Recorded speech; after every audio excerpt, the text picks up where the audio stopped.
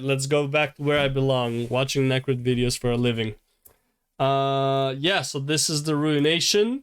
All you need to know about the Ruination by Necrit. Finally, about time that I watched Ruination stuff. Let's go. So it seems like the Ruination is not over just yet. Not only did we get a couple of official tweets hinting at things still happening, but also a couple of days ago on Universe, Riot posted this image summarizing everything related to the Ruination.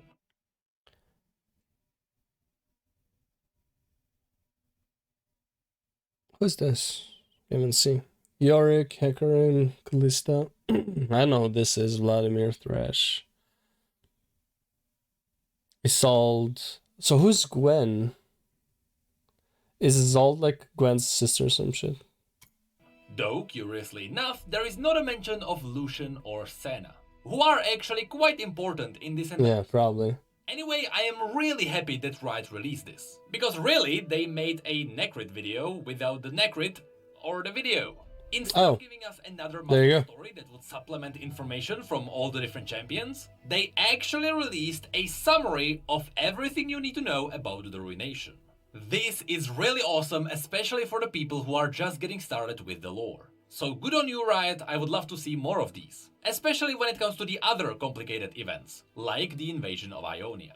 Anyway, there are 3 big reasons why I want to talk about this image. First of all, I know my viewers. Even if this image has only 3 sentences of lore, you are still too lazy to read it. So, but more importantly, there is a pretty decent chance that we will get some kind of Ruination event. Especially since the Chinese server already got their own event working. Love between the seamstress and the brash king was full of youthful promise. Seamstress, similar to Gwen. Okay. And curiously, if you look at this entire image, Gwen's enchant scissors once belonged to the seamstress who created her. Given life 1,000 years after the Ruination, the seeks to stop the black mist and discover the fate of her maker. Tools in hand. Oh, so Isolde made Gwen. Interesting. See that it is all structured almost as if things were going to change in it. For example, you can see that the majority of the I know who is Ledros covered is. by the black mist. But then you I heard his name before, but like I don't know who he is. And on the side, spreading the hallowed mist around. And it almost feels as if, over time, the hallowed mist is going to spread to the other champions as well. For example, since Callista is here in the middle, and knowing what is happening in Callista's story, I wouldn't be surprised if by the end of this event, Callista got her revenge and she joined the hallowed mist. But that's really just me theorizing. There is another reason why I want to talk about this image, even if we don't get an event. And that's because we are still getting the game, The Ruined King. So if anything, this video will serve as the base information you will need to know before you jump into that game. So without further ado, let's have a look at all the information you need to know about Viego, the Shadow Isles, and the Ruination. Now as we go from a character to character, you will see that they each have their own little description. But that description is missing a lot of interesting details. So I will try to fill in info whenever I can. However, when it comes to Viego, all of this is structured in a way so that the other champions essentially tell the story of Viego. That's why Viego's own description doesn't tell us much. But I noticed that if we actually go from a character to character, the story is chopped into strange pieces. And you actually have to think about what you are reading to connect the full story. So, to make things easier, let's super quickly summarize what really happened to Viego. Let's go. Viego comes from a continent that is to the east from the Shadow Isles. It is a massive we don't know where it is. That's why it is not shown on the map. On that continent there is a kingdom called Kamavor. And that's where Viego and Isolde are from. Now Viego was the second son. And we also don't know what happened to Kamavor, right? Once, because what happened to him happened on the Blessed Isle. So we don't really know what happened to Kamavor since. King, which means that he was never I think. to rule Maybe we do. That was supposed to fall on his older brother. But after his older brother unexpectedly died, Viego became the next king even though he was vastly unprepared. So not only was he quite bad at ruling, but also since he was growing up, once he met Isolde, which was a peasant girl who actually lived at the edge of the kingdom, he madly fell in love with her, which meant that he paid attention to his kingdom. Oh, there's Gwen. So ever since the two met, all Viego did was get overly attached to her. Anyway, once again, because he was quite a bad king, someone tried to remove him from the throne by assassinating him. However, when the assassin threw a poisoned dagger at Viego, he missed and instead he hit Isolde. Long story short, that's how Isolde died. And since Viego was overly attached to her, he did everything in his power to bring Isolde back. And so he used every single coin in the royal family to pay doctors and explorers and anyone who could help. He even asked Callista, who is his nephew, to go out into the world and find a cure to the poison. Well, Callista did find the Blessed Isles, and on the Blessed Isles they apparently had the Holy Waters, which were supposed to cure all diseases. Though the Holy Waters would work only on living beings. But after Callista returned to the kingdom with the news, the queen already died from the poison, and so there was no use. But she died on the way there. Telling the king about the Holy Doesn't matter, I guess. In fact, Callista was forbidden from telling anyone about the Blessed Isles, and she was supposed to bring the queen there herself, if she was alive. But because she wasn't, not only was Callista unable to do anything, but she also couldn't tell anyone about it. For this refusal to speak, Viego locked her in a cell. And there, Hecarim, knowing well that this would start a war, convinced Callista to tell Viego about what she had found. And so, Callista did that, and that started the invasion of the Blessed Isles. Now, once Viego and the Iron Order arrived on the Blessed Isles, the local monks there tried to fight them back, but one of the local monks, one known as Thresh... Oh, wait, so it changed a bit from what I remember it. Because I don't remember them actually fighting back. I remember them telling him, listen, you can't bring a dead person to the thing. And he's like, I don't give a shit. And then he killed some and then he forcefully put her in the well. But this is like completely different. This is actually like an invasion. Okay. Hated his brethren, and he didn't care what would happen to the Isles. And so, knowing exactly what would happen, he led Viego to the Holy Waters. Yeah. And he let him cause the Ruination.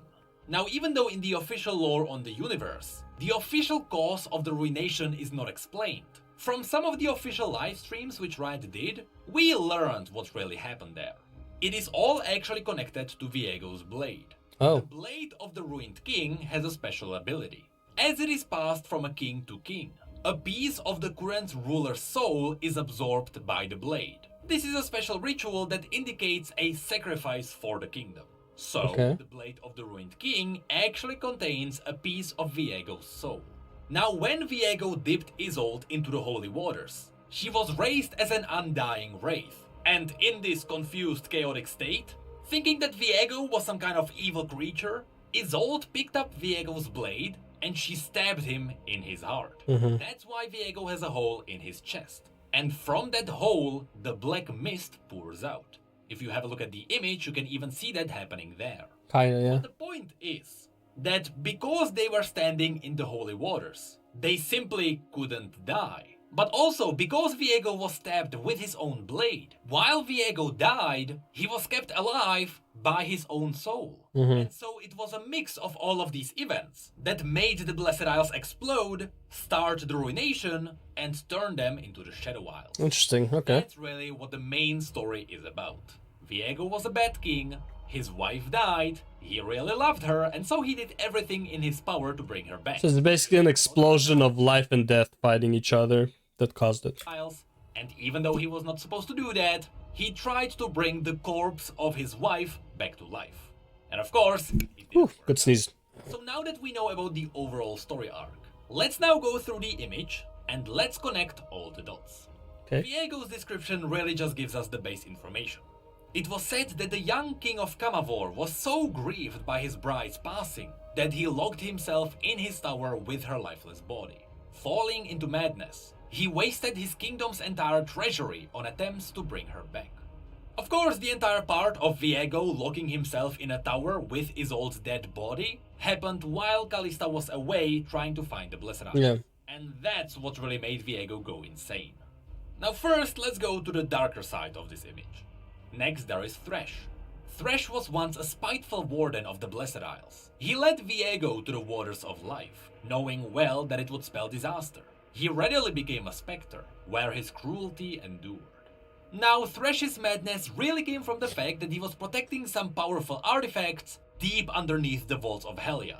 And there, in the darkness where he was alone, he slowly turned insane, with his only way to pass time being torturing whatever he could find. Then there is Callista, perhaps one of the biggest side characters in this entire story. This Imperial general tried to protect her uncle Viego, but failed to protect the young queen.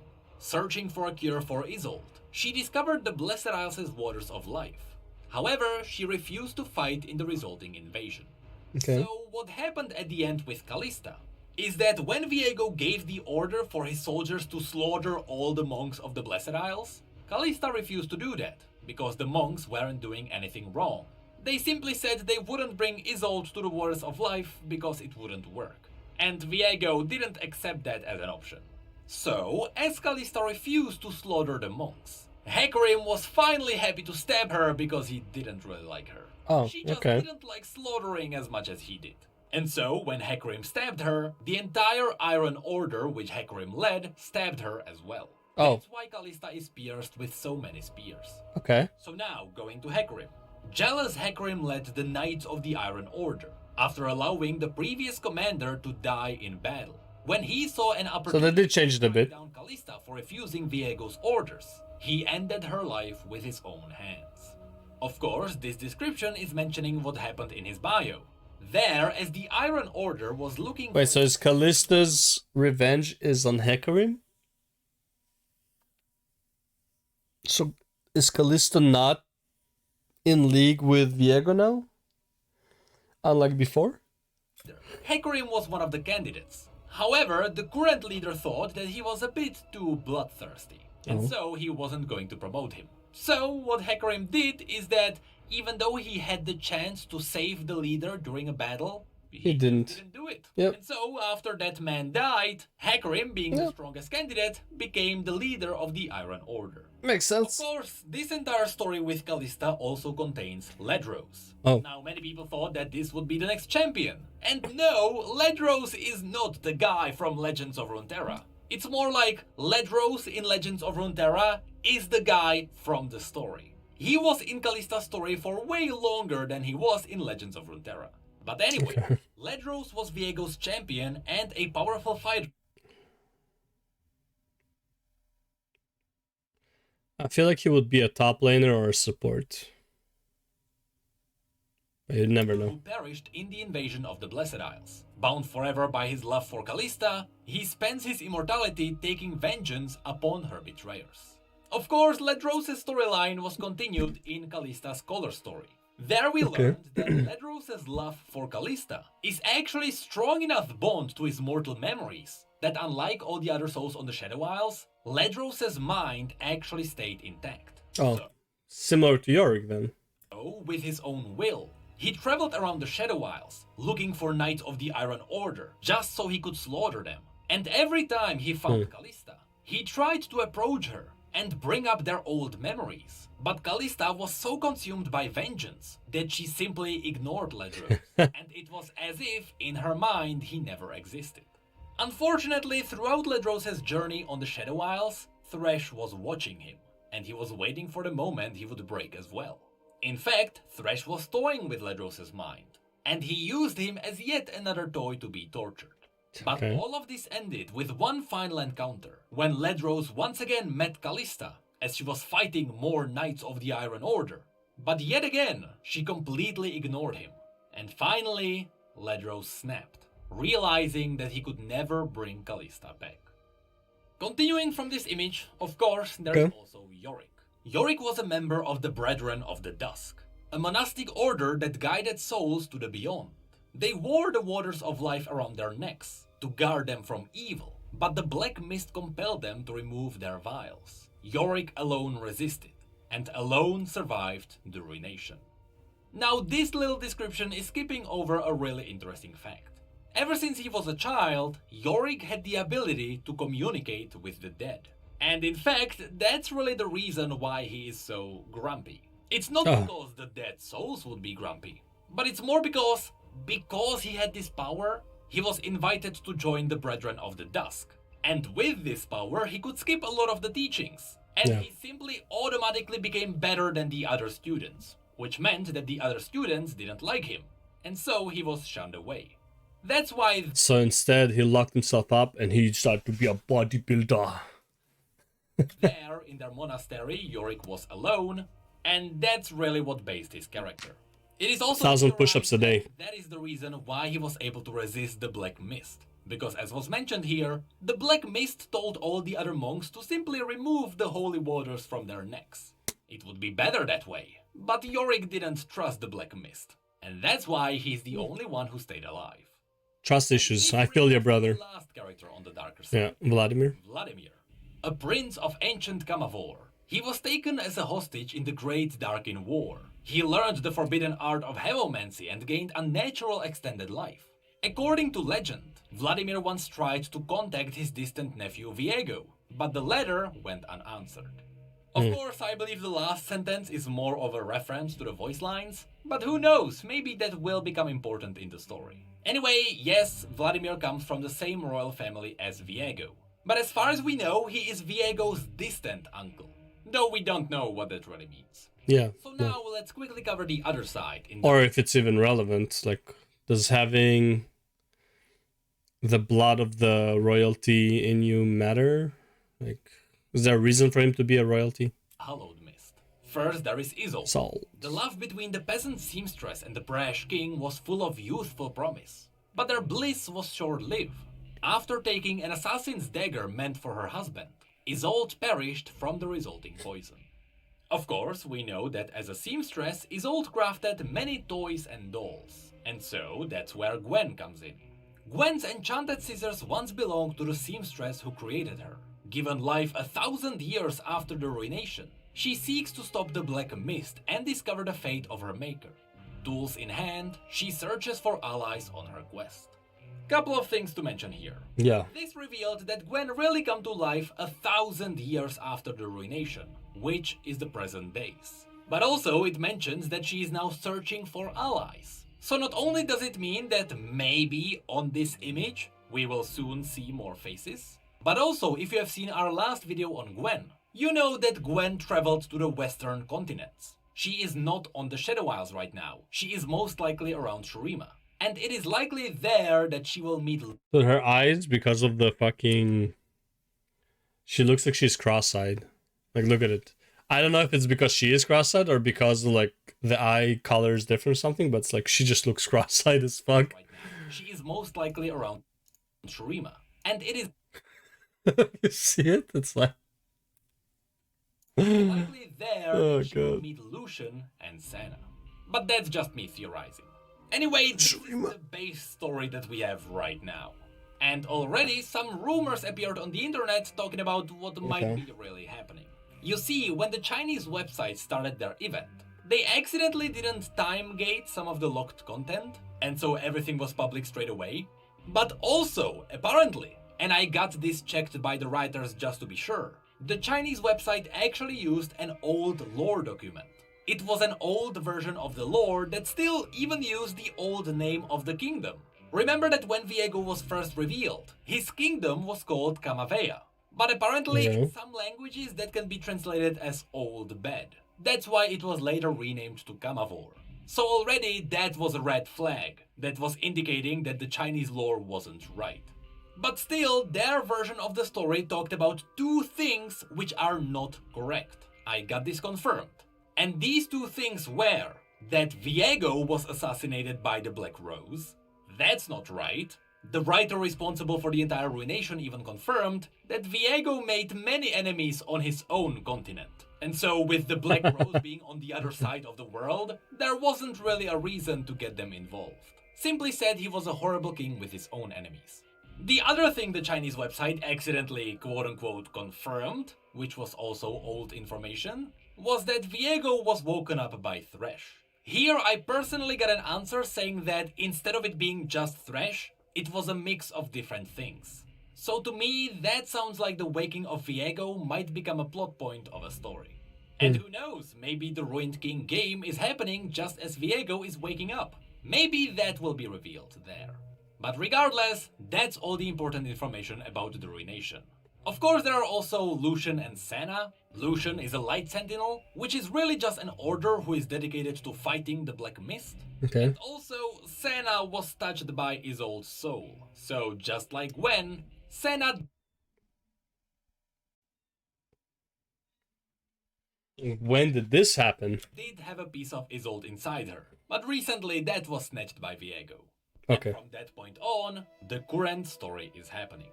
So really, we don't know where the story will go. But I'm just hopeful there will be some kind of an event. It was about this time when last year we got Spirit Blossom, which perhaps became the best event ever. So while I don't think that the Shadow Axe event could match that, I'm still keeping my fingers crossed. Spirit I know Blossom. there's potential for even more Dream Daddy jokes, but if they let I us didn't really like the Spirit Blossom event. It was whatever. date Viego, that's going to start a revolution.